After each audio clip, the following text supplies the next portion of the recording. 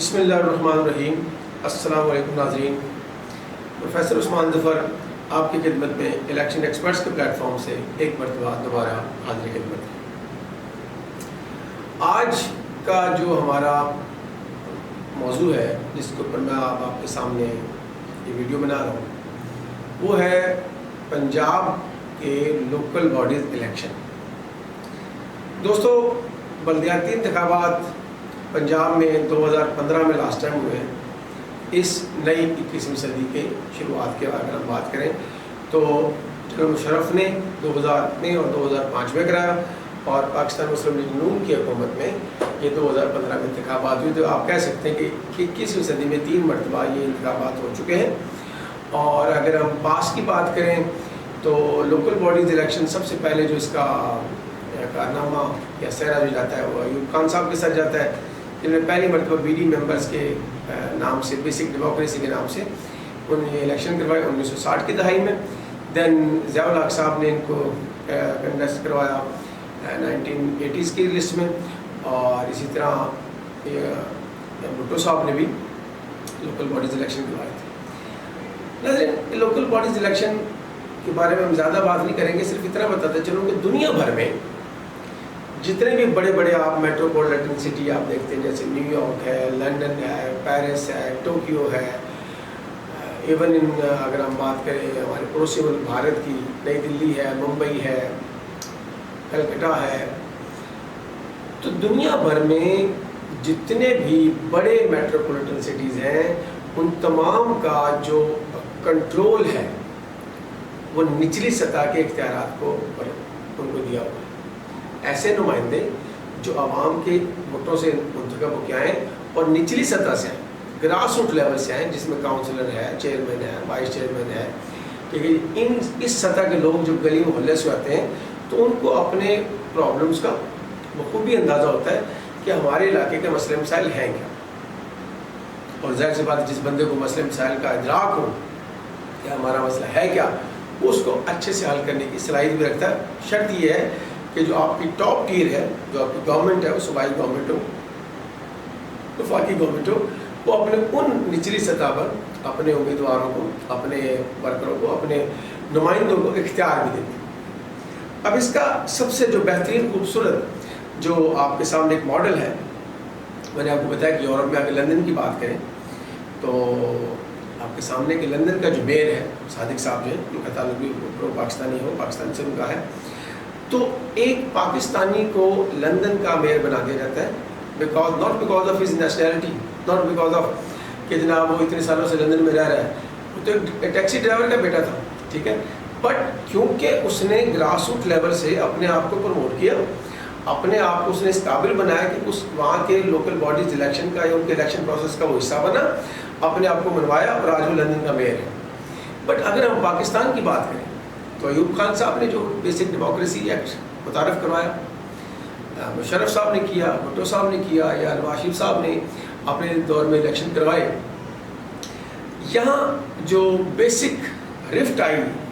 Between the top tier and the last most tier جو B D members ہیں ان کے درمیان، کہ کوئی بھی جو ان تیسری دنیا کے ممالک میں جو ہمارا جو اشرافیہ ہے، ہمارا جو اوپر طبقہ ہے، وہ اپنا اختیار دینا نہیں چاہتا کسی کو، بھلے وہ ان کی اپنی جماعت کے ہی لوگ کیوں نہ ہوں۔ وجہ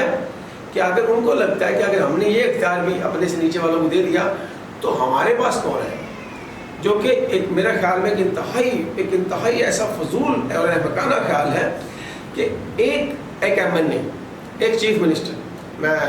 آپ اسی ویڈیو کے وساطت سے اپنی جو ہماری چیف منسٹر ہیں مریم نواز صاحب، ان کی خدمت میں بھی عرض کروں گا کہ دیکھیں آپ کے اسٹیٹس پہ آپ کے اتھارٹی کو کوئی چیلنج نہیں کر رہا، اگر آپ اس کا اختیار گلی محلوں کا، نالیوں کا، کھالیوں کا، صفائی کا، ستھرائی کا، کوڑا اٹھانے کا، ویسٹ کا، پانی کا، یہ سارا سسٹم آپ اپنے کاؤنسلرز کو، اپنے چیئرمین وائس چیئرمین کو دے دیں گے تو آپ کے اختیار کو کوئی چیلنج نہیں کرے۔ آپ کا کام ایک گلی محلوں کے نالیاں کھالیاں بنانا نہیں ہے، آپ کا کام علی بن گنڈا پور صاحب، مراد علی شاہ صاحب اور بگٹی صاحب، آپ کا کام یہ نہیں ہے کہ آپ گلی محلے کی سڑکیں بنائیں، آپ کا کام ہے قانون سازی کرنا، اپنے صوبوں میں بہترین ریفارمز لے کے آنا۔ یہاں پر تو آپ لوگ فیل ہو جاتے ہیں، اور آپ جو یہ نیچے نالی کالیوں والا جو سلسلہ ہے جس میں بے فارم بنانا ہے, جنم پرچی بنانا ہے, ڈیتھ سرٹیفکیٹ بنانا ہے, ان کا کنٹرول آپ نے اپنے پاس, یا آپ نے جو ایک انتہائی ریڈ ٹیپزم کی جو عامل ہے ایک بیوروکریسی, اس کے حوالے کیا ہوا ہے تاکہ لوگ تنگ ہوں, لوگ آپ کے ترلے منتوں پہ آئیں. بھائی اس ترلے منتوں سے آپ بھی جان چھڑائیے اور اس عوام کی بھی جان چھڑائیے, تاکہ ایک منتخب نمائندہ حکومت آئے جو نچلی سطح سے آئے اور لوکل باڈیز کے پلیٹ فارم کے اوپر آپ اسے اختیارات دیں, تاکہ آپ کو بھی سکون کی نیند آئے, عوام کو بھی آئے, اور ان نمائندوں کو بھی اپنے آپ کو پنپنے کا اور نئی لیڈرشپ کو متعارف کرانے کا آپ سب کو موقع مل سکے. تمام سیاسی جماعتوں کو قطع نظر اس چیز کے کہ سننے والا اور سمجھنے والا کیا سمجھ رہا ہے کہ اس وقت حکومت کس کی اور ہم بیان بازی کس کے حوالے سے کریں. مریم صاحبہ یہ آپ کے لیے کہ آپ پنجاب میں جلد سے جلد لوکل باڈیز الیکشن کا اناؤنس کریں. کہتے ہیں ہسٹری کو ریپیٹ کرنا یا ہسٹری کے مطلب بات کرنا بہت آسان ہے, فیوچر کے حوالے سے انالیسس کرنا یہ اسٹیٹ آف دی آرٹ بات ہوتی ہے, اور یہ وقت کی ضرورت ہوتی ہے. وقت کی ضرورت یہ ہے مریم صاحبہ کہ اس وقت جو لاہور میں, فیصل آباد میں, جمرہ میں یا اوور آل پنجاب میں آپ نے ایک سلسلہ شروع کیا ہوا ہے ریوالوشن آف انلیگل بلڈنگس, بہت اچھا کام ہے, لیکن اس کا پیرل بھی آپ کے ساتھ اناؤنس کرتی ہیں کہ اگر وارڈ سٹی کو آپ تعمیر کرنا چاہتے ہیں مغلیہ فن طرز تعمیر کے حوالے سے, ٹھیک ہے, منصوبہ بہت اچھا ہے, لیکن جتنی دکانیں جتنے مکان ٹوٹ رہے ہیں اس کا ریپلیکا کیا ہے, اس کا حل کیا آپ کے پاس, ان لوگوں کو آپ کمپنسیٹ کیسے کریں گے جو اس وقت پورا ایک احتجاج کا مرکز بنا ہوا ہے. یہی اگر بلدیاتی ادارے قائم ہوتے, بلدیاتی لوگوں کے پاس اختیار ہوتا, تو شاید آپ کو بہترین انفارمیشن دی جاتی, بہتر رپورٹ کیا جاتا کہ جناب این 118 جہاں پر آپ کے ہی چچا زاد بھائی حمزہ شہباز شریف صاحب ایم این اے ہیں, اور آپ نے اسی علاقے میں جو اس وقت حالات کر رکھے ہیں وہ آپ کے لیے اور آپ کی پارٹی کے لیے فیوریبل نہیں ہوں گے کسی بھی آنے والے الیکشن میں. پہلے حل نکالا کریں, اور حل نچلی سطح پر اختیار دینے سے نہیں, جب تک آپ اختیار نہیں دیں گے حل نکلنے والا نہیں ہے. یہ تو ایک ہسٹری تھی. اب ہم بات کرتے ہیں اپنے اس ویڈیو کے دوسرے ٹاپک کے حوالے سے کہ لوکل باڈیز الیکشن 2025 جو پنجاب میں جس کا بل اسمبلی پاس کر چکی ہے, گورنر صاحب کے ٹیبل پہ ہے, ان کے اوپر ان کے سائن ہونا باقی ہیں, سائن ہوتے ہیں وہ الیکشن کمیشن آف پاکستان کے پاس جائے گا, اور الیکشن کمیشن ڈیٹ اناؤنس کرے گا with the consent of Punjab government. اس کو مہینہ لگے, 2 مہینے لگیں, 3 مہینے لگیں, گاڈ نوز بیٹر, حکومت کی ایما اور الیکشن کمیشن کے معاملات بتائیں گے کہ الیکشن اناؤنس کب ہوتا ہے. بٹ الیکشن ایکسپرٹس کے پلیٹ فارم سے پروفیسر عثمان ظفر اور اس کی ٹیم آپ تمام دوستوں کو جن کا تعلق کسی سیاسی جماعت سے ہو, ہم آپ کو ایک state of the art solution provide کر رہے ہیں اگر آپ نے اس الیکشن میں حصہ لینا ہے. آپ کا تعلق اٹک سے لے کے صادقآباد جی جی خان کی آخری تحصیل تک, چوٹی تک ہے, ٹھیک ہے جی, کوئی سلیمان کی ان پہاڑیوں تک ہے, تو ہم آپ کی خدمت میں ایک ڈیجیٹل پلیٹ فارم اناؤنس کر رہے ہیں جس کا نام الیکشن ایکسپرٹس ہے, جس کے اوپر ہم آپ کو state of the art mobile app دینے جا رہے ہیں. اس ایپ کے اوپر آپ before announcing the polling scheme اور الیکشن کا جو ڈیٹ اناؤنس ہونے جا رہی ہے اس سے پہلے آپ کے پاس ایک گولڈن چانس ہے اپنے علاقے کی ووٹر لسٹ, جس کو میں کچھ یوں کہا کرتا ہوں کہ بھائی یہ جو آپ کی ووٹر لسٹ ہے یہ آپ کا سلیبس ہے جس کے اندر سے آپ کا پیپر آنا ہے, ٹھیک ہے. جو بندہ اپنے سلیبس کی بک نہیں پڑھتا وہ پیپر اچھا نہیں دیتا, اور جس کا پیپر اچھا نہیں وہ ڈیفینیٹلی پاس نہیں ہو سکتا. یہی حال آپ کے الیکشن کا ہے. اب ایک یونین کونسل وہ چاہے سیالکوٹ کی ہو, لاہور کی ہو, باول نگر کی ہو, لیا کی ہو, قصور کی ہو یا ڈی جی خان کی ہو, تمام جگہ پہ رورل یا اربن ایک سائنٹیفک اور ایک ڈیموگرافی کے حوالے سے ایک فارمولہ طے کیا گیا ہے کہ اتنی آبادی ہو اتنا اس کا ووٹ ہو. اب کم و بیش 12 سے 15,000 17,000 20,000 ووٹ مختلف علاقوں میں پایا جاتا ہے ایک یونین کونسل کے اندر, اور اس کا ڈبل جو ہوتا ہے وہ آبادی کے حساب سے ہوتا ہے.